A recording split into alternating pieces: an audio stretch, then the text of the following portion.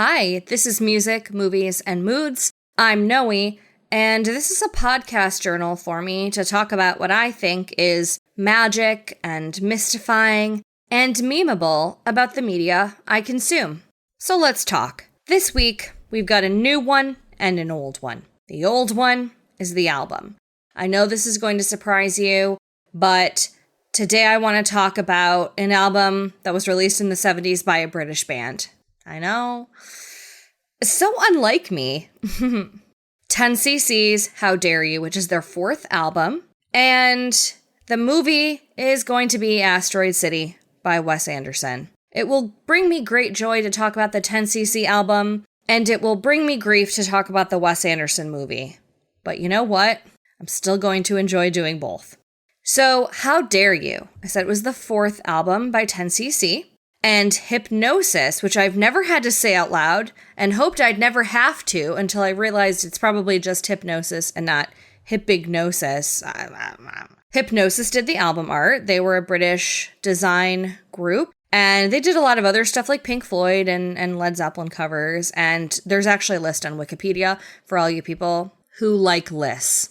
So Hypnosis did the album cover. As usual, it's telling like a compelling story using photos. So I don't have the vinyl. I wish I did. I think I'll probably go and look for it now. But it looks like the fold out. And so it's a big group of people and the band is among them. The cover is a husband and wife, presumably, because he's got the picture on his desk, yelling at each other. It is like a split screen phone call shot. She's upset. She's in a bathrobe, smoking a cigarette. Her hair and makeup is messed up. He's clearly yelling. There's like a couple getting into a convertible in the background. And then there's also this really good shot of a guy in a telephone booth on the phone, possibly threatening or blackmailing a flight attendant who's like in a hotel room. And then there's some stuff going on in the background of each. Honestly, this is the perfect pick for a 10cc album. I don't really see them get talked about very often. I think my first exposure to their music was Bob Fosse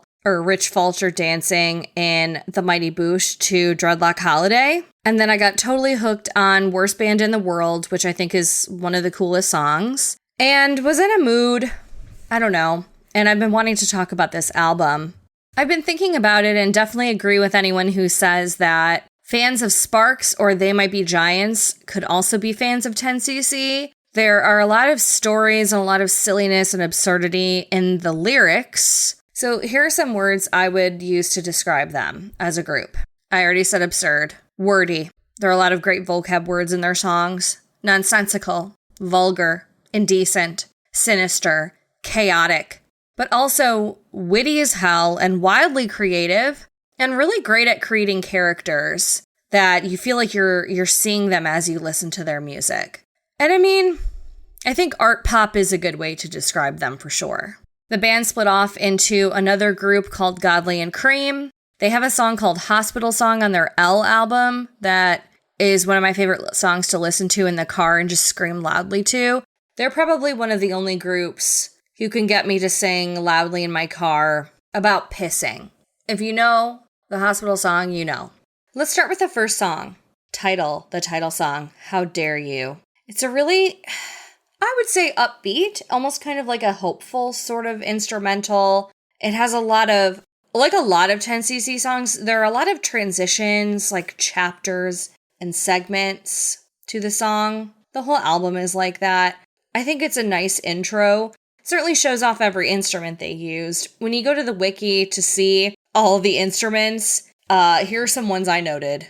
Sleigh bells, a Levi zipper, a zither. Zithers are so freaking cool. Bongos, a triangle, castanets. You hear castanets, you do hear them. The whole album is honestly just very smooth.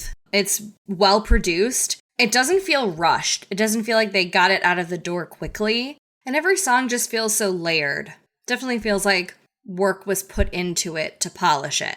Lazy Ways is the next song. It's so pretty and pleasant, and you do feel a bit of a Latin influence. You hear those castanets. I'm pretty sure I'm hearing the zither in that one. And it just results in a big, sweeping, worldly sort of sound. It really reminds me, the lyrics really remind me of summer vacation as a kid.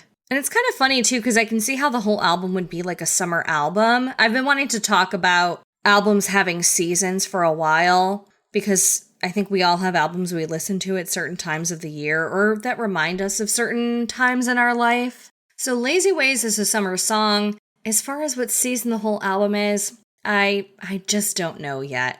We'll have to wait to see. I Want to Rule the World reminded me a lot of the Kinks Preservation Act 2 for obvious reasons, if you know that album. It's kind of like a wannabe dictator character here. So basically, my cat Squiggy, who we call the little dictator, the chorus is so Bee Gees, and it's kind of what keeps me coming back to the song, because otherwise it's just a little silly. So that chorus, I think, makes it definitely a worthwhile listen.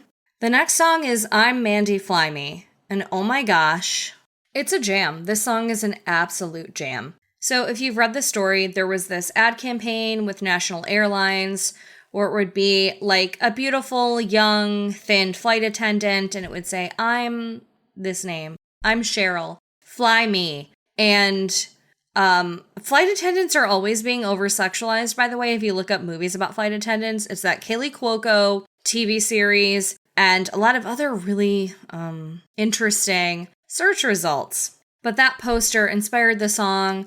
It was changed to Mandy, so I'm Mandy, Fly Me. And the song opens with a clip from Clockwork Creep, which is on another 10cc album, which is a song, I'm pretty sure, from the perspective of a bum on a plane. There's no boring day with 10cc. And so now our poor protagonist is on this plane and it crashes, which I think is the scariest thing to happen to anyone. It fills me with absolute terror, like Nightmare Zone for sure.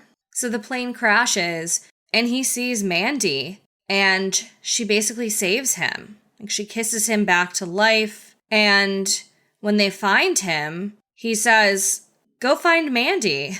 Where is she? And they can't find her. I love the little like seatbelt on light sounds in the song.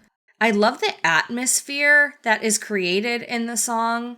I love that, of course, she's not there, right? It's like third man syndrome. Oh my gosh. I think I'm Mandy Fly Me is definitely the highlight of the album. And there are some other pretty great ones for sure. And some real clunkers. But we'll get to that. Iceberg. Love it. It's so breezy. The vocals are fun. I love the harmonies. As usual, it's that sinister shift that the song leads you through that makes me want to keep listening. That line, I was an orphan and I couldn't help it. I've been in and out of trouble ever since they left me in a basket on the freeway. And the very Bowie to me, lie, lie, lie, die, die, die. Not to mention, I'll always be behind you in the fog. That's a really great threat, I think. Art for Art's Sake is one of my absolute favorites on the album. It's such a sleazy rock song about greed and money and lust. It was, I think, the first one on the album that really connected with me. It has a lot of little like mood shifts. And I know I mentioned the Kinks Preservation Act too, because it's actually one of my favorite albums. But this would definitely be right at home with that album. Rock and Roll Lullaby, it does what it says it's going to do. It delivers exactly that. A rock and roll lullaby. Could it be edgier? Yeah. But it's actually pretty sweet. I like the fuzzy guitar. It would surprisingly be a sweet song to sing to a kid. I scanned the lyrics. I don't think there's anything scary. Unlike another song that I'm going to bitch about in a minute here. I think the other huge hit on the album is Don't Hang Up. The harp gives it this really glittery, romantic feel, and then mixed with the mention of Errol Flynn. You know, this is one of their love songs. And 10cc, though, really can't help themselves. It descends into vol-au-vents exploding, and an endless limousine, and a failed relationship. The line, marriage on the rocks, always makes me roll my eyes, but the rest of the song kind of makes up for it. I know I never had the style or dash of Errol Flynn, but I love you. Oh my gosh, that's so sweet. I mean, it sounds like he really blew it, but that's really sweet. The next song is Headroom, and I actually hate this song. I don't know who would want to listen to this. Don't read the lyrics. It's gross. I just don't like it very much. Get It While You Can is just not as fresh as the rest of the album. It's a bit schmaltzy for me, and I don't have that much to say about it, so I'm not going to waste anyone's time. So from my perspective, like I said, I think the album is just really beautifully produced. It's beautifully recorded.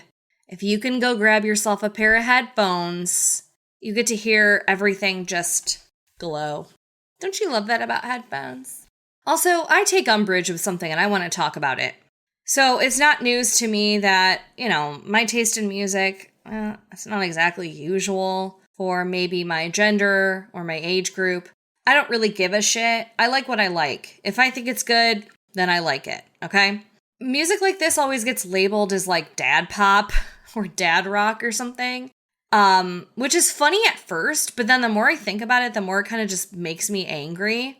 Because we're like, okay, yes, this is a band of all men, sure, telling male stories, but just dads, huh?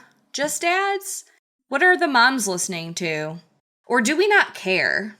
I'll be pondering that for a while. Let's talk about movies.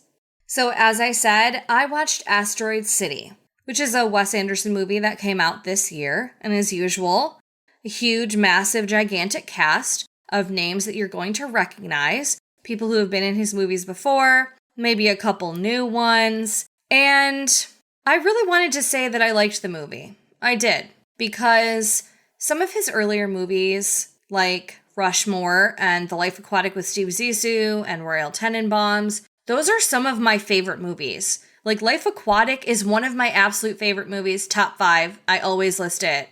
And I remember seeing Life Aquatic and thinking, oh my gosh, movies like this can exist. Like we can basically have a movie that is as fun as Pee-wee's Big Adventure and is colorful and imaginative. And it can have a kick-ass soundtrack, and it can have real depth and characters that we really care about, and it can be stylized. I don't know, I just felt like, wow, this is what movies can be. And then I think probably around the time of Fantastic Mr. Fox, for me it kind of fell apart. And really that's a pretty short period of time we're talking about here, but those movies were really meaningful to me. And to everyone else who saw his movies and thought, wow, I think this might be my favorite director. Especially considering Tim Burton. Well, we'll get to him another time. I'll talk about you later, Tim. Moonrise Kingdom lost me a little. Didn't care about the kid romance. Did like seeing Bruce Willis. I didn't realize I complained about kid romances and talked about Bruce Willis so much until I started this podcast. But I did recently see Grand Budapest, and yeah, it took me like 9 years. And I did really like it a lot, despite the fact that, I don't know, cover your ears. I had to see an old woman giving Ray Fine a blowjob, and that image is never going to leave my brain. But Wes Anderson doesn't let his actors act anymore. And that's really going to be my main criticism. But don't worry, because I thought of some other things. But I do want to make it known, I wanted to like this movie. I wanted to feel that emotional connection that I felt at the end of Life Aquatic with Steve Zissou. So I'm going to try to organize everything into magic, mystifying, and memeable. In my last episode, I think I said mystical instead of mystifying, and I didn't feel like changing it, so I didn't. But magic, let's start with the good stuff, okay? Magic, the kids, and there are a lot of kids in this movie. I love the little freckled, redheaded kid. I love Jason Schwartzman's little girls. They are absolutely delightful, and I think I like the kids so much because they haven't been Wes Andersoned yet. I'm defining Wes Anderson as kind of being like turned to stone, where you're not allowed to emote or show any real emotions. And everyone is pretty much forced to act like Gwyneth Paltrow in The Royal Tenenbaums, which was fun in The Royal Tenenbaums because that was her character, but now everyone's like that. Magic. Matt Dillon, who my husband thought looked like Bruce Campbell, and he does. He's delightful. I thought he was awesome and funny. I don't know if he's been in another Wes Anderson movie, but I think Wes Anderson would be doing something right to bring him back. I loved Dinah, who was Scarlett Johansson's character's daughter. I loved the little motels. The set reminded me of 2 video games. Gas Station Simulator, obviously. I mean, come on. And The Long Drive. And it must be a thing when they were building freeways out west that there would just be a freeway ramp to nowhere, because that's also in Gas Station Simulator. Yeah, my cultural touchstone for this movie is Gas Station Simulator. I don't really feel like talking about it. I was anxiously awaiting Tilda Swinton, as if Tilda Swinton provides me with necessary comfort. After seeing her in 3,000 Years of Longing with Idris Elba, I can definitely confirm that she is a source of comfort to me. And she's definitely sweet in this movie, but unfortunately her character suffers from this thing that a lot of other characters do, where they don't really show much emotion, but then suddenly they're just bearing their souls and telling their whole life story to someone they just met 2 minutes ago. Something that would take, I think, most people years of therapy to get through, but what do I know? I think it's surprising that Wes Anderson even made a movie at this point in his career that doesn't take place in Europe, and that we even got to see the American Southwest at all. And I'm a big fan of the paranormal elements. I love aliens. I can't decide if I'm an alien or an earthling most days. Another magic bit for sure is Jeffrey Wright.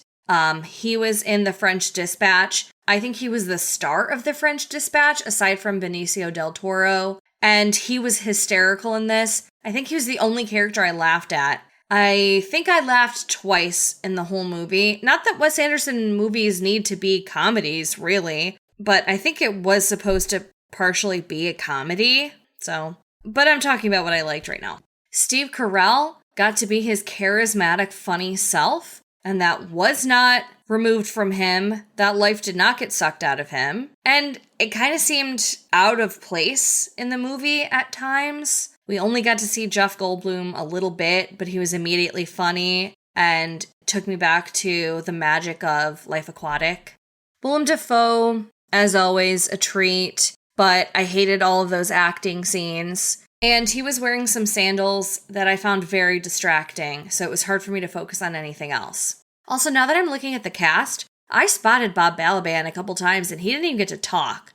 That's such a waste of Bob Balaban, don't you think? Tony Revolori, silent. Where's the respect? I really liked Jake Ryan as Woodrow, and I know I already said it, but I liked Grace Edwards as Dinah. I was talking about just her character name, because I think that's the only character name I can remember. The rest of them made me roll my eyes back into my skull.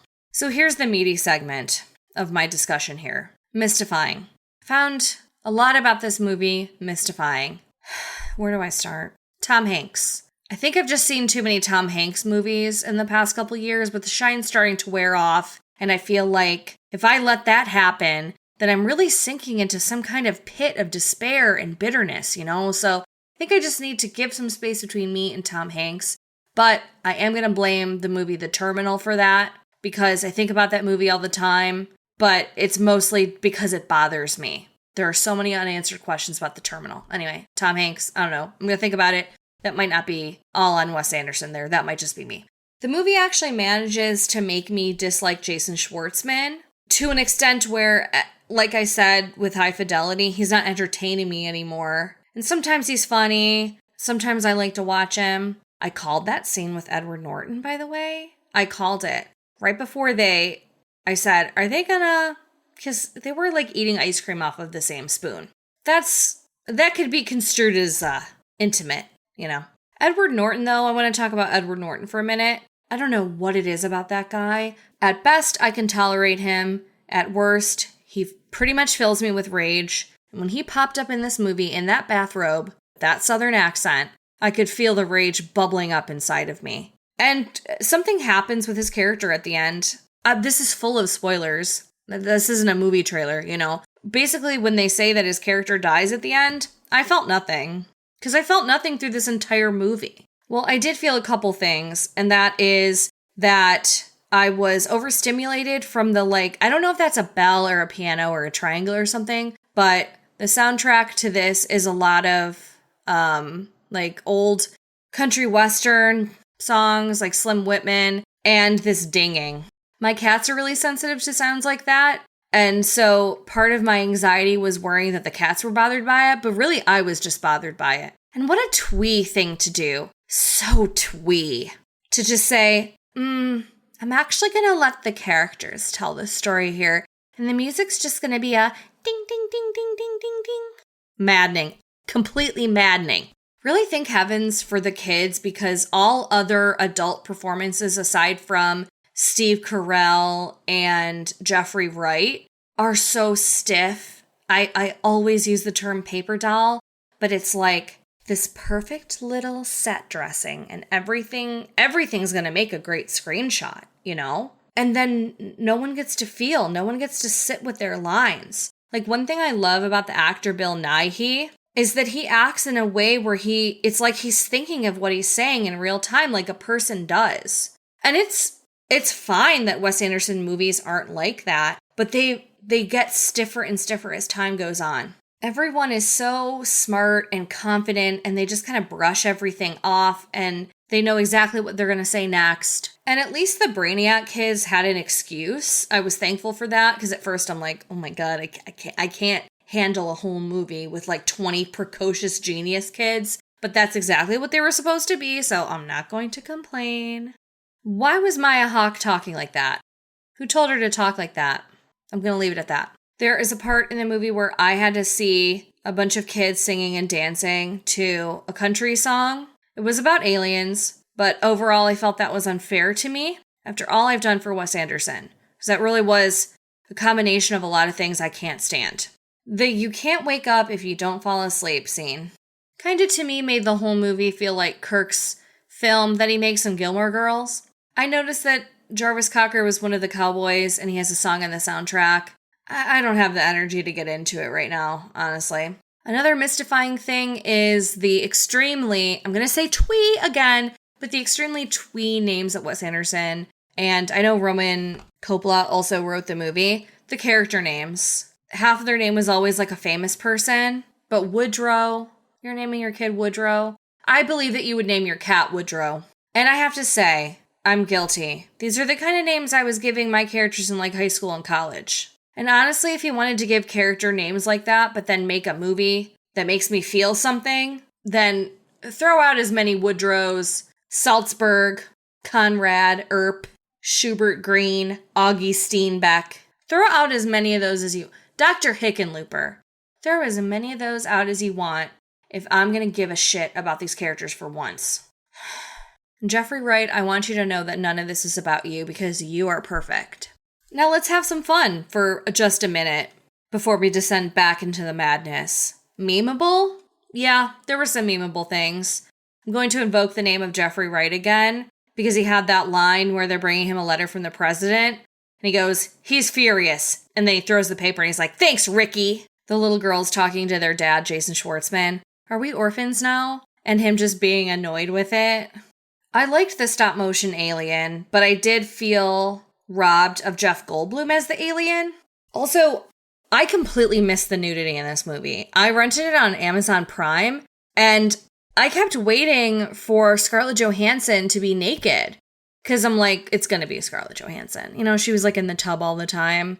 I didn't notice it. I don't know if I looked away for like 1 minute, and that's perfectly fine with me because a lot of the movie felt like a kid's movie. So why do we even require nudity? I keep complaining about Wes Anderson's paper doll people, and I want to wrap this up here by saying that there's a significant difference between his past movies and the way his actors act now.